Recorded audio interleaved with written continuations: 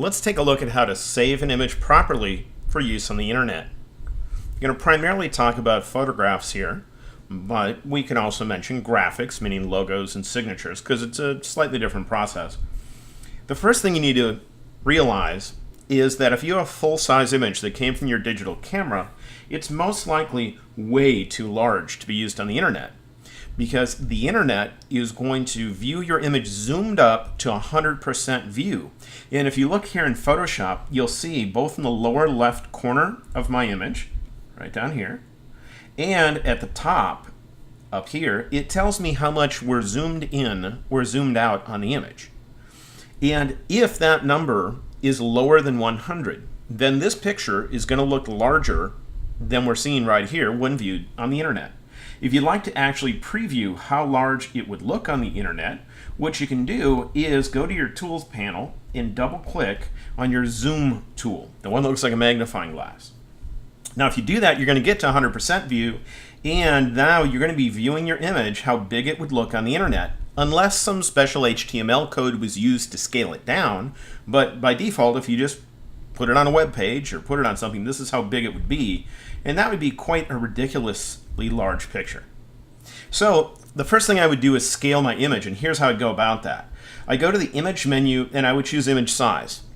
And when this opens, I would make sure a checkbox called resample is turned on, and that this little lock symbol, it's a chain symbol actually, right here is turned on. We might have messed with that in a previous class, and if you don't see little lines going to the width and height, be sure to turn that on. So then this can become larger. If I move it up on my screen and just grab the corner, I can pull on it. And just imagine that this area right here represents how large your picture would look on the internet. And what your job is to use this little minus and plus sign when you hover over the image to zoom in or out on the picture until it's approximately the size you would like it to be on the internet. And let's say I'd like it to be about this size. If that's the case, you'll notice a percentage that's listed when you hover over the picture. And mine says 16.7%. So I'm going to go to the right side of my screen now, and I'll change the width so it's measured in percentages, and I'm going to type in that number. You have to hover over the picture to see it, and I see 16.7.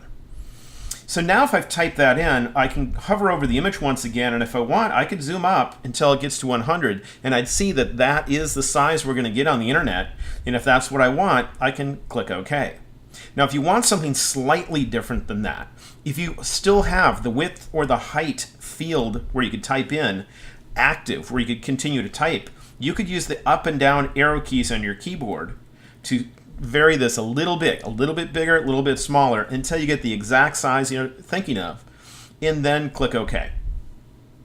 Now this image is scaled for the internet, and the only time I'm going to see it at internet size here is when that percentage at the top of the picture says 100. So I might need to use various features in Photoshop to zoom in and zoom out. I just typed Command minus. That would be Control minus in Windows to zoom out. So now we have its size. Now let's try to save it. Now you might think you go to the File menu and choose Save or Save As. The problem with that is save means use the same file name, same file format, and same location. And I don't want to save over the original full-size image with this now smaller version. So you might think instead you should go to Save As, because with Save As, that means I want to use either a different file format, different file name, or different location. And I do want that, because I don't want to save over my original. But the problem is, when I choose Save As, there are no features within this screen that are specific to the internet. Here it's going to offer you just about any file format you could use, not limiting you just to the ones that are good for the internet. And there are certain essential features in here that simply aren't available. So I'm going to ignore that, and instead, when I want to save out this image, I want to go to the File menu, and instead of choosing Save As, I'm going to choose Export. Now when I go to Export, if you've used a previous version of Photoshop before, this is where they moved a feature that used to be under the File menu, and it's called Save for Web. Now Save for Web, you might think that would be the most ideal choice to use. It's got the word web right into the name, but it's not. That's why they put the word legacy here. Legacy means that Adobe has come up with something they want to use to replace this. But anytime Adobe tries to replace something with something brand new, it takes people a while to notice that that change has happened and to get used to that new feature. So oftentimes they will leave an old feature in there, even though there's a better way of doing it. So in this case, I'm going to ignore Save for Web. The main time I use it these days is if I have an animated file. You can have an animated GIF file. And the new feature doesn't have that available yet. So sometimes I need to go into this legacy feature to get to it. So we're going to ignore Save for Web, and instead we're going to come up here to a choice called Export As. So when I choose Export As, take it just a moment, it should bring up a screen. And on the right side at the top, I can choose which file format I'd like to use. Now, if it's a photograph, I always use JPEG unless I have really good reason to use something else. The main reason to use something else is if your image contained transparency. Like this is a photo with a deckled edge, an edge that's not rectangular, and it had a drop shadow underneath it, where surrounding the image it looked like a checkerboard in Photoshop, indicating there's empty areas and there's something fading softly into that area. Well, the JPEG file format cannot save transparent areas, but the PNG file format can. And so if I choose JPEG, you'll notice in this area there is no choice for transparency, but if I switch over to PNG, there is. So I would save a photograph in PNG if I needed that special feature of having transparency that's not available in JPEG. But otherwise, JPEG is almost always going to give you the highest quality and smallest file size for a photograph. And here we have a quality setting. For quality, pretty much the higher the setting is, the larger the file size, but at the same time, the higher the quality of the image. If I click here, I have a little slider where I can change this, and 100 is going to produce probably a file size larger than what you need. For the internet, it's rare for me to go above 80% because I find at 80%, it looks pretty darn good on the internet. And in fact, oftentimes if I want a fast loading website or I want to email somebody a bunch of pictures and I don't want to take forever for it to send, I might bring this as low as 60%. Now it's relatively rare that I'm going to go below 60. That would be if I need to send 200 images in an email or something and I just need it to go quick and somebody will request a higher resolution picture later if they like it. So maybe I put the quality setting down at 40 to just get really small files. But for me, most of the time between 60 and 80, and you can just think about it as how high quality of an image do you want, and if file size is not a constraint, then stay up near the higher end, but rarely above 80. Then below that, you could scale the image here. Now the problem with doing the scaling here is if I open that original full-size image, this would take a long time to generate the preview of the image here. And it would just take more time to get the scaling accomplished. But if you find that your picture was already relatively small and you just needed to adjust it a little, then here on the right side we do have image size and we could change it here. I would usually just click on the word scale and drag to the left or right, and you'll see the image getting smaller or larger. But in this case we already scaled ours, so I'll leave the scale at 100. Below that, we have a choice called Canvas Size. And Canvas Size would allow us to add extra space around the picture. Like if you just want some white space around it, but I really need that. Below that, we have a choice called Metadata. And that means should we include your copyright information, all your keywords, and everything else that is associated with this image, like your shutter speed, aperture setting that was used to capture it, or should we strip all that out, trying to get a smaller file size? So most of the time I either have it set to none if that information is not important at all, or I just choose copyright and contact info. So therefore my copyright information will still be attached to that image. It's still going to throw away all the information like your shutter speed and all that to try to free up space. And that's why this is better than the normal save as. That's one of the reasons, is this will give you a smaller file.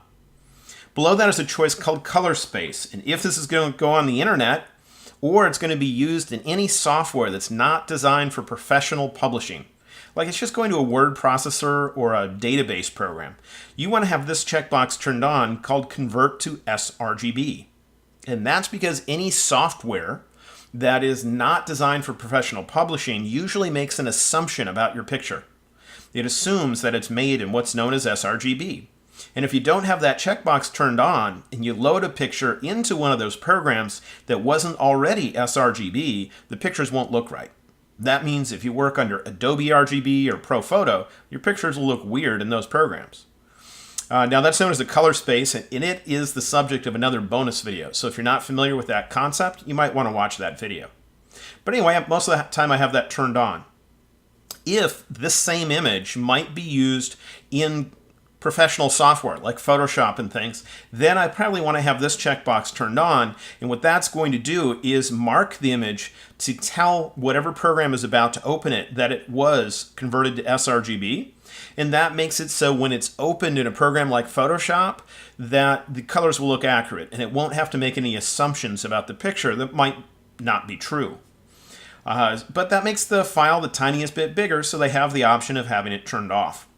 For the internet, if this is straightforward internet use, I usually don't need that on. So that's the general settings that we have. Most of the time when I come in here, I've already scaled my picture, and so I'm pretty much coming up here and choosing JPEG and choosing the quality setting, and I'm deciding if I want my copyright attached or not. Then I click the button called Export All. Now, Export All might sound weird because we only have one picture, but there's a reason it has the word all. And that's because we can use this in different ways. Let me show you a little idea. On the left side, here it's telling me the final width and height of this picture and how large the file should end up being as a JPEG. Well, if you look above that, it says 1x. 1x means full size. If I click the plus sign to the right, I can create a secondary version of that picture that is now at 0.5x, meaning half size. And over here, I can add some text on the end of it that might just say, half size. And then it's going to add that to the end of the file name so I can tell the difference between the full-size image that's going to be created and this half-size one. So it would actually produce two versions of the image. And we can come in here and put all sorts of different sizes in here if we want, just by clicking on the plus sign and then choosing what magnification we want to use and then what text it should add at the end. But I don't need that many versions, so I'll hit the trash can. But now you get a sense for why the button is called Export All, because it would export not just one picture, but all of the ones we've requested on the left side of the screen. Now, I mainly use that if a client wants to see low-resolution images via email, and then larger images maybe on a website or some other area. I'm going to put it on Dropbox, let's say, in a folder. Well, then I can come in here and make really small versions of the image that I'm going to email, and I'll grab the larger versions at the same time to put on Dropbox. But I click Export All, and that would export this. But now let's see another reason why there's a choice called Export All there. I'll click Cancel here because I want to go to a more complex image. Here I have a multi-layered image. And what I would like to do is export not the entire file, but the individual layers that make it up. So I'm going to click on one of the layers, I'll hold Shift and I'll grab some more, however many I'd like to export. Then I'm going to right-click on them. And if I right-click, there's a choice called Export As. That's the same choice that we found under the File menu, but if you get to it by right-clicking it on some selected layers, then when you choose it, on the left side of the Export As screen, you're going to see not just one picture, but all of the images contained within the layers that I had selected. And so now I can click between them to preview what I would be getting. And I can go over here on the right side if I need to scale one like that. But if I scale, know that it's scaling just one. If I move this, watch the image on the left side where it lists the width and height. And if I bring the scale down, you'll see that only the width and height of that one particular image changes. If I wanted to scale them all, I could select them all. If I hold Shift, I had the bottom image selected, I held Shift, click on the top, then I could mess with other settings and it would affect all of the images. But there are certain settings you won't be able to use when you have them all, but you can make changes to them. So let's say I have these and I still wanted not only these individual images, but I want half-size versions. Well, that's where I hit the plus sign near the left side, and now I got my half-size ones, and I could specify this for any kind of magnification I'd like. And that might give you a better idea of why the button is called Export All. I think it should just be called Export when only one image would be generated, and only have the word all when it would produce more than one. Then it wouldn't be confusing. So that's how you might think about using this. Now, we've only talked about the JPEG file format so far. I want to talk about the other file formats that are here. If what you have is not a photograph, instead it's what I would call a graphic. It's some text, or it's a bar chart or a logo that's not a photographic logo, or it's your signature. In those cases where you have large areas of solid color, the JPEG file format is not the most ideal choice. Instead, it will usually be PNG. That some people call PNG. It stands for Portable Network Graphics. And that reduces your file size in a different way. It reduces it by reducing the number of colors used to make up the picture. And if you choose PNG, it's going to produce a smaller file size and higher quality when it comes to graphics.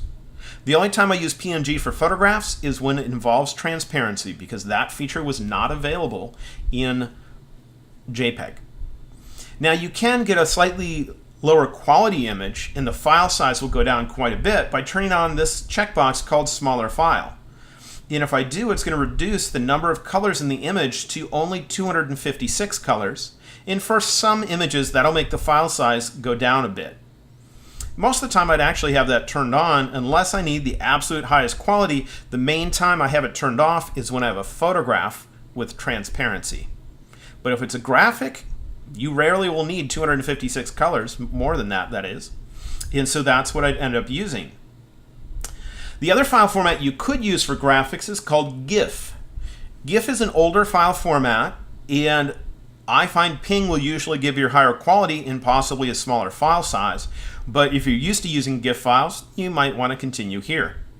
The last choice is called SVG, and I believe that stands for Scalable Vector Graphic, although I could be wrong with that.